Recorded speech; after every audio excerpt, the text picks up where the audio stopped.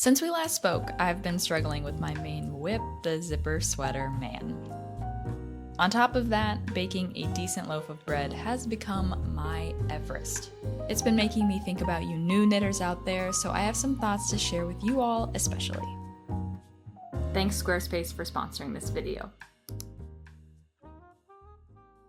While I don't have a lot of progress, a lot of interesting change from the last video yet, I need to sit down and share this with you so that I can move on and finally get that progress going, because I need to frog my zipper sweater man.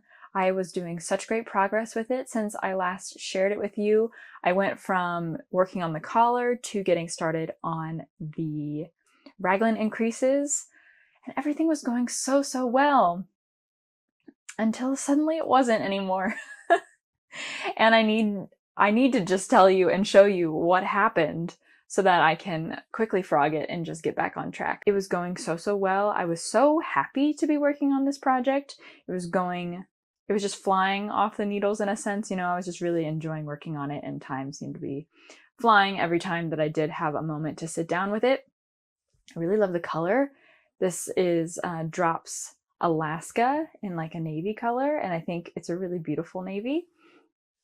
And the fabric is working up really nicely. I think it's going to be a really nice, hardy sweater. It is a little toothy, but not uncomfortably so. And I think that, yeah, it's going to serve really nicely as like a nice outer wear piece, something that my husband can just put on over a nice button-up shirt and take to work, because that's how he wears his other one, and I know he's going to really appreciate having it in a navy too. So all of those factors combined, I was just so happy to be working on the project and just so thrilled with how it was going. And I looked down and it clicked in my head. I don't know what was going on since then. As you can, if you're following along, it's a theme that things are going well, and then I didn't pay attention to something or another, and it's just not how it's supposed to be. What first brought my attention to it, I was like, oh, that's weird.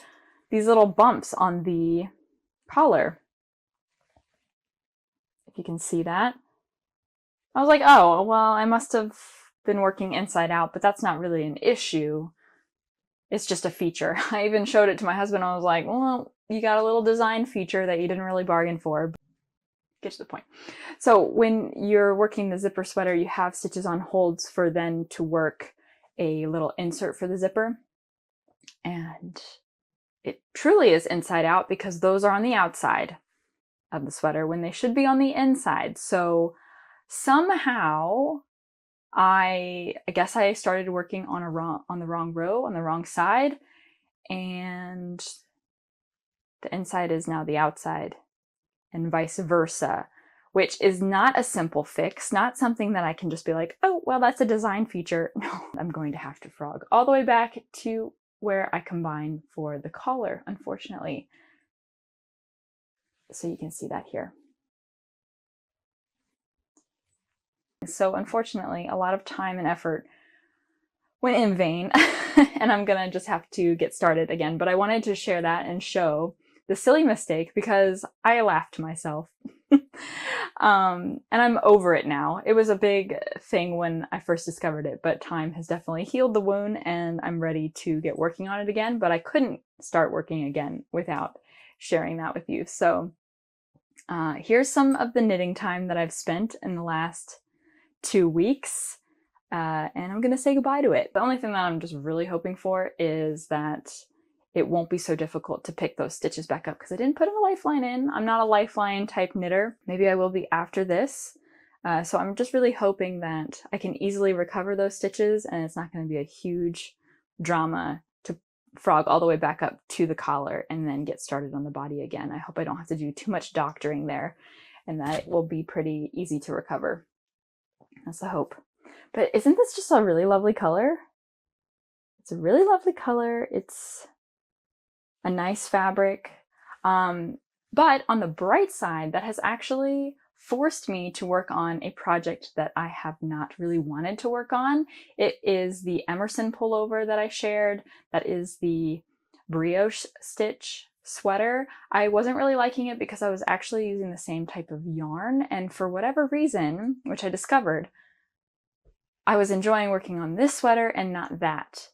Less to do with the brioche stitch and actually with the needles that I was using. I was using my copper needles, my copper Licca needles for this project up until I put it on hold, and I actually switched over and started using that with my brioche sweater, and that's made it a lot easier to work with the yarn. I find that this is a very grippy yarn, and that having the metal needles really has helped. Where I usually love working with wood, in instances like this with yarn that is really grippy, it's nice to have metal from time to time. And I'm really relieved in that because I had not been working with those needles for a long time. I was actually really regretting my purchase because they are just really heavy needles that I'm not really interested in working with, but I have been able to work on that Emerson pullover, and it's been a lot more enjoyable to work on because I have those more slippery needles, which is really nice. And I'm almost done with the body on that sweater, and then I will be able to move on and continue to work on that. You guys know that I partner with Squarespace often because I really believe that they are the #1 platform to build an online presence. I use them for myself, my own website. When I was first developing it, I found their platform to be the easiest to use and to have a really wide range of tools at my fingertips to be able to share my content in a very user-friendly way and in a really beautiful way. I think that they offer a wide range of very beautiful layouts, templates that you can take advantage of and build and branch off of and really create a style that reflects you and your brand, whatever it is that you are trying to promote, whether you own a small business, if you just want to share a portfolio of your work, Squarespace is a great place to do that. I really encourage you to go check it out for yourself. Click the link in the description to play around with everything that they have to offer. And then when you're ready, you can use my code, also listed below, to receive 10% off of your first website or domain. Now that I've got you all caught up with the drama on my zipper sweater, let's get into what I wanted to chat with you about today while I bake up some yummy treats for my family. Moments like these, when knitting projects are a struggle, I always think about the beginner knitter. You know, us experienced knitters out there don't always get it right either. And more often than not, every project has its hang-ups. This is true for almost everything in life, and it's something I'm really going through right now with baking. In 2024, one of my main aspirations was to cook more at home and to learn more skills in the kitchen. I'm happy with where I was at closing out the year, and for 2025, my goal was to make small changes, additions to grow and get even better. Lately, I've been having a really hard time with bread. As you can see, I'm one of those people who has switched to milling whole grains versus buying store-bought flour. It's like jumping straight into hard mode of bread making. And I was struggling before, so my fails are really outweighing my successes at this point, but here I am. It's been frustrating me to no end. So much so that my husband is just like, stop it. But I can't stop it. I want to figure this out. I stopped working up sourdough and went back to yeast bread. Still no luck. The thing about bread is that temperature, humidity, probably some other factors, they all affect how a loaf turns out. And I just don't know. I don't know the secret to success, especially in my specific kitchen. I don't know with all of the factors. How do I solve for this? I just don't have the skills. And you're probably sitting there like, I thought this was about knitting. Well, it is. Throwing myself into a new hobby and learning the ins and outs of something totally new to me has only made me realize how far I have come in knitting and how much I take for granted. Like if I see a gap in a pattern, or if I don't like a technique that's called for, I can make up something on the fly. I can do something else. I have gone this far without ever having to do a tubular cast on. And if I have to frog all the way back to the collar of a sweater I just spent weeks on, well, I know that it's only a matter of time until I can make up what I lost. It still hurts, but it doesn't hurt that bad because I know from experience, I've done this before many times. I can always knit those rows again. Jumping back into my kitchen, like I said, bread baking has not been going well for me at all. I wish that I could humbly show you my bread fail from this day, but sorry, you're gonna get some Noah in the background. I wish I could humbly show you my bread fail from this day, but I was so annoyed that I shut off the camera. I wanted nothing more than a nicely risen loaf to show off, but I got an overproofed mess. Such is life. What I can share is a donut recipe that worked out really well for me recently. I'm making a note to leave it in the description.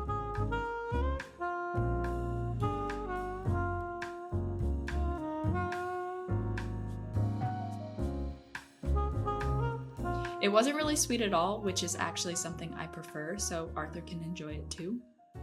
I have a small donut pan that I shaped some dough into, which I didn't film for some reason, but with the leftover dough, which was a lot, I cut into these little cute discs, and then instead of the glaze that's written in the recipe, I mixed maple syrup with some cream cheese to spread on top. With a sprinkle of cinnamon, I think they turned out really cute.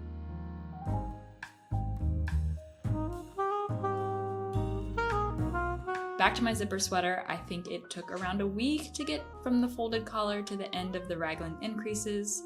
I just took out all my frustration and went to work on this project.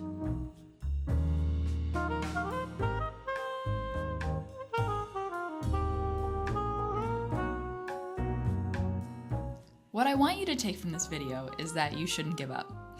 If a project isn't working for you, go ahead and start another. Try a different style of knitting if you can't get into the groove with continental.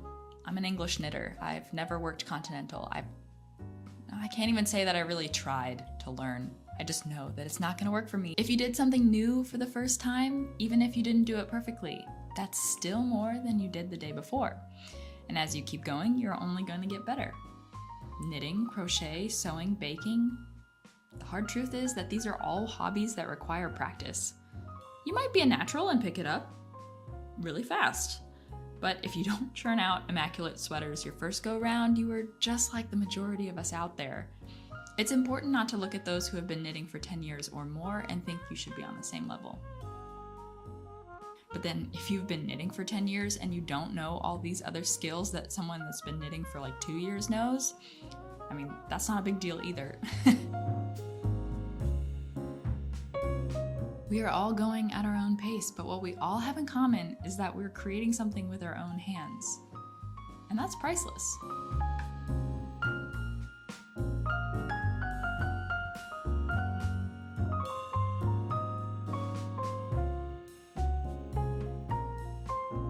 Thank you guys so much for spending some time with me and chatting with me about this. I hope it was encouraging to you. I would love to hear your thoughts in the comments, and I will see you in the next video. Bye!